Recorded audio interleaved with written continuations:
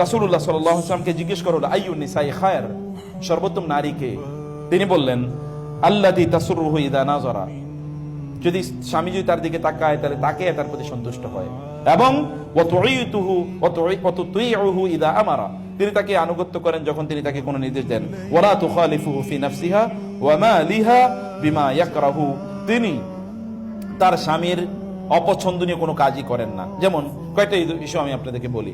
যেমন আপনাদের স্বামীদের ব্যাপারে আপনার সুন্দর জামা কাপড় পরে থাকবেন, সব সুন্দর জামা কাপড় এখন বান্ধবীর বাড়িতে যাওয়ার জন্য, অথবা বোনের বাড়িতে যাওয়ার জন্য, অথবা বিবাহর আসরে যাওয়ার জন্য সব জমা করে রাখবেন না।